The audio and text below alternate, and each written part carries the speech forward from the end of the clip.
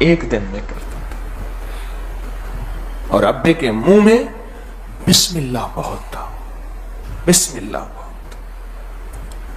اور بسم اللہ کے ساتھ تو فرشتے شامل ہو جاتے ہیں, بسم اللہ کے ساتھ تو اللہ کی نوری نورانی مخلوق شامل ہو جاتی ہے, اور بسم اللہ کے ساتھ تو اللہ کا تعلق نصیب ہو جاتا ہے. میں پھر منت کروں گا, درخواست کروں گا, اپنی زندگی میں بسم اللہ شامل کریں, بسم اللہ شامل کریں. اور اگر زندگی سے بسم اللہ نکل گئی ہے, پھر ایک وقت آئے گا یا میری زندگی میں یا پھر میری نسلوں میں زندگی میں رب برکت چھین لے گا, چھین لے گا. آپ کو ایک انوکھا واقعہ چشم دید آنکھوں دیکھا سناؤں. ایک گھرانہ تھا, درمیانے طبقے کا تھا, ایک گھرانہ تھا درمیانے طبقے کا تھا, درمیانے طبقے کا. ایک دیوار کے ساتھ درمیانہ گھرانہ تھا, بہت اونچے طبقے کا تھا. اس گھرانے میں بسم اللہ والے اعمال تھے, اس گھرانے میں بسم اللہ والے اعمال نہیں تھے. دولت بعض اوقات انسان کو بہت زیادہ دور کر دیتی ہے. مجھے ایک بندے کے الفاظ یاد ہیں, اگر مجھ پہ حالات نہ آتے تو میں خدا کو بھی بھول گیا تھا. آپ نبی کی بات کیا کرتے ہیں, میں تو خود خدا کو بھول گیا تھا. یہ الفاظ ہیں اس کے, میں خدا کو بھول گیا تھا. اور یہ بات ہے آج سے کوئی 22 سال 23 سال پرانی. مجھے یاد ہے وہ گاڑی میں مجھے لے جا رہے تھے ایک ہسپتال میں, اور میں ان کے بچے کو گھٹی دینے جا رہا تھا, مجھے یاد ہے. اور کانوں میں اذان دینے جا رہا تھا, کانوں میں اذان, کہ اگر مجھ پہ حالات نہ آتے, کرائسس نہ آتے, معاشی نظام میرا کمزور نہ ہوتا, تو آپ تو نبی کی بات کرتے ہیں صلی اللہ تعالی علیہ وسلم, میں تو اللہ کو ہی بھول گیا تھا, اور آپ نے مجھے اللہ اس کو رسول کو یاد کروایا. دولت مال اقتدار زیادہ آ جائے تو پھر انسان بسم اللہ, اللہ اس سے دور ہو جاتا ہے, اس سے دور ہو جاتا ہے. اللہ کرے ہم سے اللہ اپنا نام نہ چھینے. میری زندگی لوگوں کی کہانیاں سنتے سنتے گزری ہے, واقعات سنتے سنتے میری زندگی گزری ہے. میری زندگی کے واقعات میں ایک چیز مجھے بہت زیادہ تجربے میں آئی ہے, اور وہ میں آپ کو سنا دوں. کتنے لوگ ایسے ہیں وہ کہتے ہیں کہ تسبیح خانے کی نسبت تھی, اس سے پہلے کچھ نہیں تھا. تسبیح خانے کی نسبت کے بعد رب نے زبان پہ اپنا نام جاری کر دیا, نماز تسبیح ذکر کی شکل میں. پھر کوئی ایسا موڑ آیا تسبیح اور تسبیح خانے سے, وساوس اور بدگمانیوں نے, اس کے بعد پھر اسی حالت میں ہوں کہ میرے زبان سے اللہ نے اپنا نام چھین لیا. میں چاہوں تو نہیں چل سکتا, چاہوں تو نہیں کر سکتا, وہ سب کچھ چھن گیا. اور یہ احساس بڑی دیر کے بعد ہوتا ہے. کیوں؟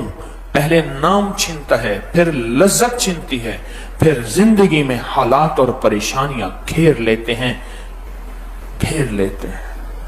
اللہ سے مانگا کریں, میں بھی آپ بھی, اللہ اپنے نام کی لذت اور اپنے نام کا شوق اور اپنے نام کا ذوق اور اپنے نام کی محبت اور اپنے نام کا تعلق مجھ سے نہ چھیننا.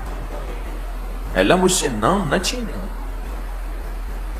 میں نے پچھلے درس میں بھی ایک بات کہی تھی, بعض اوقات ایسا ہوتا ہے وہ ناراض ہو جاتا ہے, ناراض ہونے کے بعد لقمے نہیں چھینتا, سجدے چھین لیتا ہے.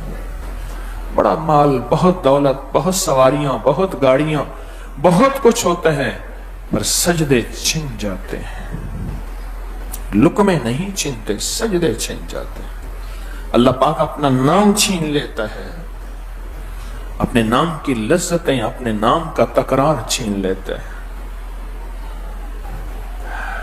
حضرت ابن عباس نے نصیحت کی اپنے شاگرد کو. حضرت عباس, ان کے بیٹے نے اپنے شاگرد کو نصیحت کی, بیٹا اگر تو چاہتا ہے تیری روزی میں برکت ہو, کسی کا محتاج نہ ہو,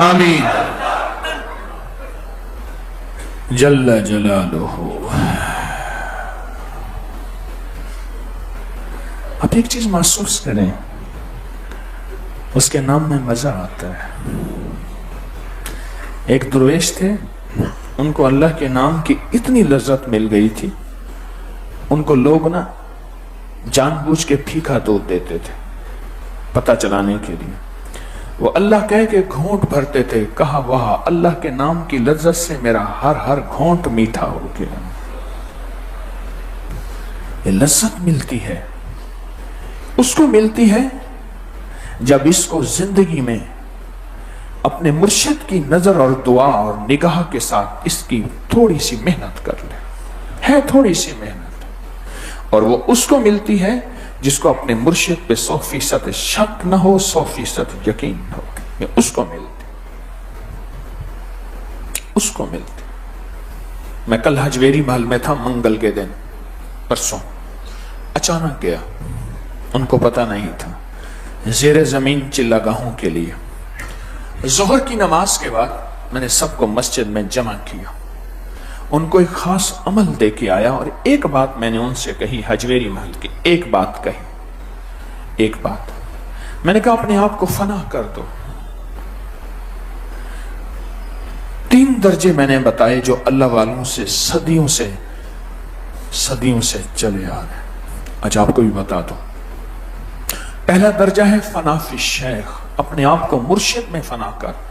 میری کوئی حیثیت نہیں، میری کوئی اوقات نہیں، چاہے دنیا کا جتنا بڑا با تدبیر بھی ہوں، مالدار بھی ہوں، عقل مند بھی ہوں، میری کوئی حیثیت نہیں۔